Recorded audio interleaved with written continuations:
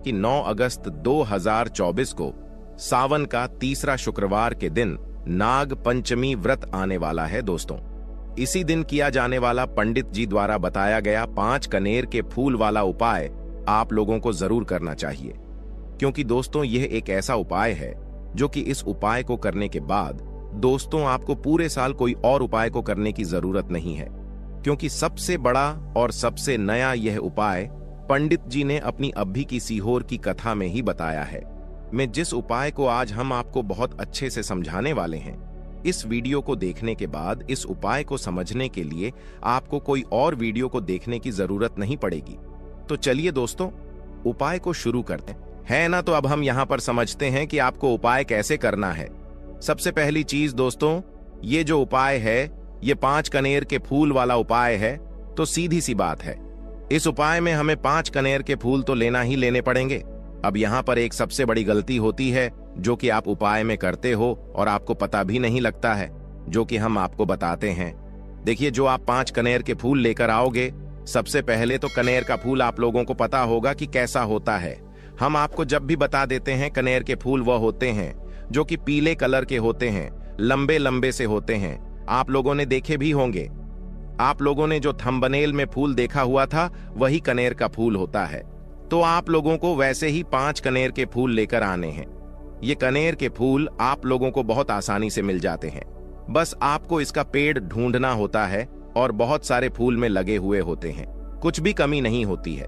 बस दोस्तों आपको यहाँ पर ध्यान इस बात का रखना है कि अगर यह 5 कनेर के फूल जो है, मतलब कनेर के फूल का पेड़ जो है कहीं बाहर लगा हुआ है, वो किसी के अंदर में नहीं लगा हुआ है, किसी का वह पेड़ नहीं है, तो आप बिना पूछे जो है वह कनेर के फूल तोड़कर ला सकते हो, है ना। पर अगर कोई सा कनेर का पेड़ किसी के घर के अंदर लगा हुआ है और आपको वह कनेर के फूल उसके घर के अंदर से चाहिए, तो भाई उससे पहले पूछना कि भाई हम जो है आपके पेड़ में से 5 कनेर के फूल ले लें या कनेर के फूल ले लें। भाई पहले उससे पूछना, क्योंकि ये वाले जो 5 कनेर के फूल आप लोग ले रहे हो ये उपाय के लिए ले रहे हो, और भगवान शिव जी को उपाय जब हम करते हैं तो भाई पूर्ण रूप से जो है हम पूरे विधि विधान से करते हैं।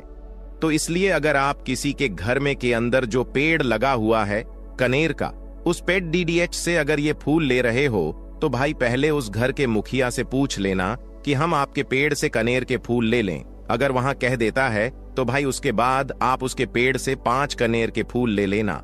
अगर कोई कनेर का पेड़ जो है ऐसे ही बाहर लगा हुआ है, खुले में लगा हुआ है, उस पर किसी का भी कब्जा नहीं है, तो वह आप जो है बिना पूछे भी उस पेड़ में से तोड़ सकते हो। पर किसी के घर के अंदर लगा हुआ है तो उससे सरकार ही 5 कनेर के फूल उसके पेट में से लेना। अब आपके पास 5 कनेर के फूल भी आ चुके हैं। अब दोस्तों कनेर के फूल के साथ में क्या हमें सीधा उपाय करना है या कुछ सामग्री भी लेकर जाना है?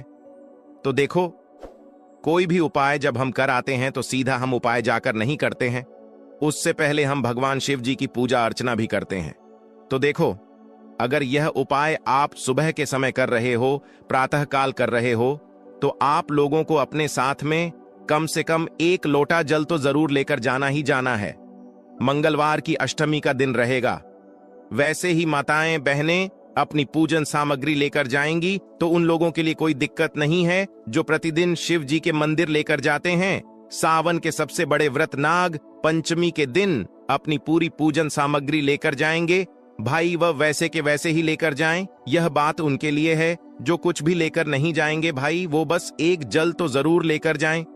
अगर वह इस उपाय को 5 कनेर के फूल वाले उपाय को कर रहे हैं, उसी के बाद में दोस्तों शाम के समय की बात करें, तो भाई शाम के समय अगर आप लोग इस 5 कनेर के फूल वाले उपाय को कर रहे हो, तो अपने साथ में एक गोल बाती का घी का दीपक जरूर लेकर जाना। जो घी का दीपक लोगे वह आटे का होना चाहिए। आटे का होने के साथ में उसके अंदर गोल बाती ही रखी जाएगी। वह गोल बाती आप अपने हाथों से बनाओगे तो ज्यादा बेहतर होगा। साथ ही में उस दीपक के अंदर जो मतलब चीज डालेगी वो डालेगी शुद्ध देसी गाय का घी, है ना। उसके अंदर शुद्ध देसी गाय का घी ही डालना, ना भैंस का, ना मिलावटी बाजार का घी डालना। इस बात का भी आप लोग ध्यान रखना। अगर आपको उपाय का पूर्ण फल चाहिए तो भाई करना क्या है, देखो सुबह अगर उपाय कर रहे हो होना तो अगर 10, 11, 12 बजे तक भी उपाय करोगे तो भी कोई दिक्कत वाली बात नहीं है, कर सकते हो। नाग पंचमी का दिन बार बार नहीं आता है, आपको पहुंचना है। सबसे पहले तो अपने घर के पास में जो शिव मंदिर हो, शिवालय हो, जहां पर शिवलिंग विराजित हो, वहां पर आप लोगों को पहुंच जाना है। अब वहां पर पहुंचकर करके सीधा हमें जाकर उपाय करने लग जाना है। नहीं, आपको पहले अपना शिव जी के मंदिर के अंदर प्रवेश करना है, भगवान शिव जी के दर्शन करना है। पहले आपको अपनी अपनी पूजन अर्चना करनी है। जैसे कि एक लोटा जल जो लेकर गए हैं भाई, वो एक लोटा जल चढ़ा दें। इसके अलावा जो भी पूजन सामग्री है, आपकी फूल, धतूरा, गुलाल, अबीर, गुलाल, जो भी चीजें हैं, चंदन वगैरह, उन सारी चीजों से आप पूजन अर्चना कर सकते हो। पर जो उपाय के 5 कनेर के फूल हैं, वो आप अलग ही रखना, वह उपाय के समय ही हमें निकालने हैं। तो सावन के सबसे बड़े व्रत नाग पंचमी के दिन करते हो, वैसे आप अपनी पूजन अर्चना कर लेना है ना। इसी तरीके से शाम के समय है, शाम के समय जब आप अपने घर के पास में जो शिव मंदिर हो वहां पर पहुंच गए, तो पहुंचने के बाद आप पहले अपना वह घी का दीपक जलाना। अब घी का दीपक जलाने में भी इस बात का ध्यान रखना, इस घी के दीपक को आपको अपने घर से जलाकर नहीं लेकर जाना है और मंदिर में जाकर भी जलाना है। और मंदिर में जाकर जलाओ होगा तो उसे अपनी माचिस से ही चलाना है। अपने घर से इस दीपक को जलाने के लिए अपनी माचिस लेकर आना।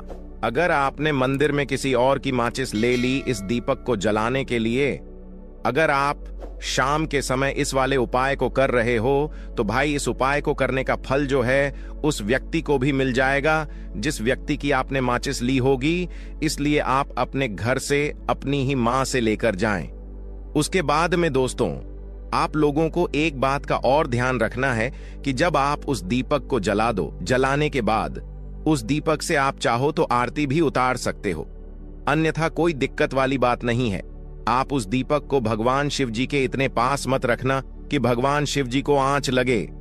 थोड़ी दूरी बनाकर ही जो है आप उस दीपक को जो है भगवान शिव जी के शिवलिंग के पास में रखना, क्योंकि अभी हम जो है भगवान शिव जी को प्रसन्न करने वाले हैं।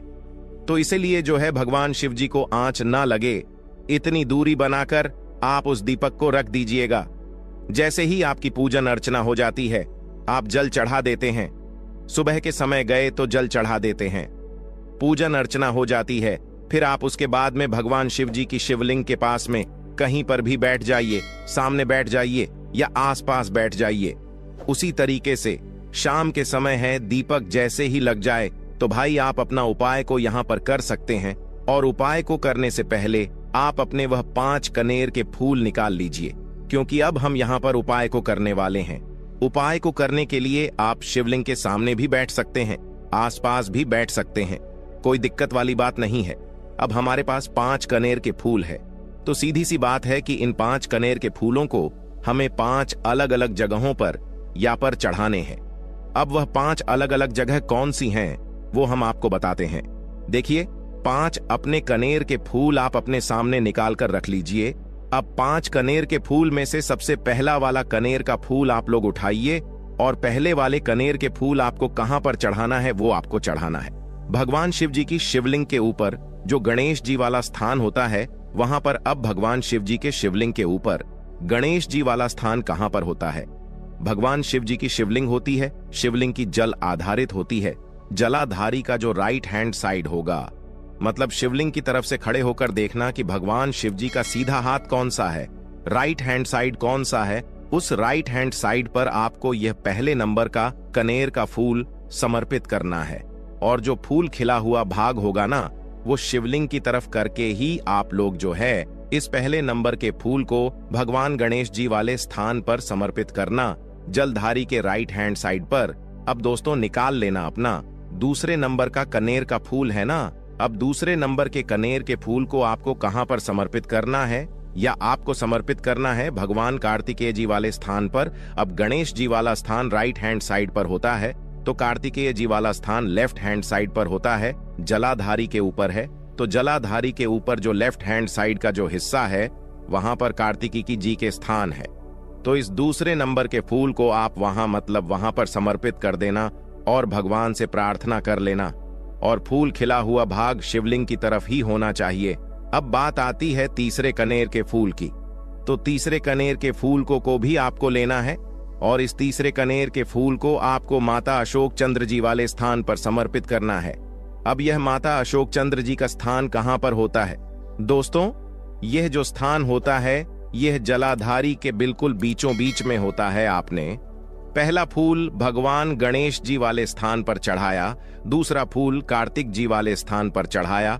अब यह तीसरा फूल जो है इन दोनों फूलों के बीचों बीच चढ़ेगा, मतलब जहां पर माता अशोक सुंदरी जी का स्थान होता है, खिला हुआ भाग शिवलिंग की तरफ करके ही जो है इस तीसरे नंबर के फूल को आप समर्पित कर देना माता चंडी स्थान पर। अब बात आती है चौथे नंबर के फूल की। तो दोस्तों, जो चौथे नंबर का फूल होगा ये आप लोगों को कहां पर समर्पित करना है? ये आप लोगों को समर्पित करना है भगवान शिव के शिवलिंग के ऊपर जो एक पात्र टंगा हुआ होता है, जिससे बूंद बूंद करके जल टपकता है, जिसके अंदर शिव जी की 5 बेटियों का स्थान होता है, जया, विषहर, शामिलबारी, देव और दोतली। उस पात्र के अंदर जो है आप लोगों को क्या करना है? यह चौथे नंबर के फूल को समर्पित करना है। अगर किसी कारणवश आपका महापात्र पात्र जो है शिवलिंग के ऊपर जो पात्र तंग होता है, जिससे बूंद बूंद करके जल टपकता है, वह पात्र उपस्थित न हो, तो आपको क्या करना है कि शिव जी की 5 बेटियों का नाम लेकर, जया, विषहर, शामिलबारी, देव और दोतली का नाम लेकर जो है इस चौथे नंबर के फूल को आपको जलाधारी के ऊपर ही करती शिवलिंग का जो करती भाग होता है, मतलब जलाधारी के ऊपर ही जो भाग होता है ना, वहां पर समर्पित कर देना इस चौथे नंबर के फूल को, है ना। उसके बाद में दोस्तों बात करते हैं आखिरी नंबर के 5वें नंबर के फूल को, जो कि आखिरी फूल है हमारा। इस 5वें नंबर के फूल को आपको क्या करना है? अगर आपके मतलब जिस मंदिर में आप गए हो वहां पर अगर त्रिशूल लगा हुआ है, तो भाई त्रिशूल का एक माध्यम है, भाग होगा जहां से वो त्रिशूल के तीनों भाग निकले हुए होंगे, है ना।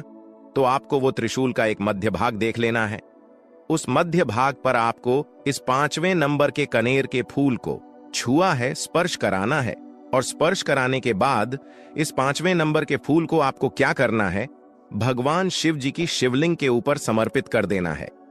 अब दोस्तों, अगर वह मतलब जो है त्रिशूल ना भी हो आपके मंदिर में उपस्थित, तो आप सीधा सीधा यह जो 5वें नंबर का कनेर का फूल है या भगवान शिव जी की शिवलिंग के ऊपर समर्पित कर देना।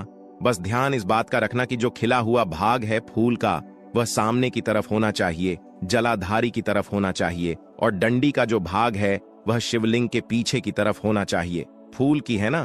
तो इस बात का आप लोगों को ध्यान रखना है।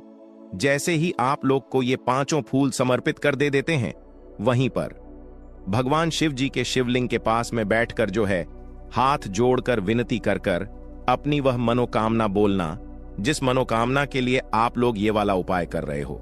अपनी वह दुख और समस्या बोलना जिसके लिए आप लोग अपना ये वाला उपाय कर रहे हो। अपने किसी भी एक मनोकामना के लिए ये वाला उपाय करना।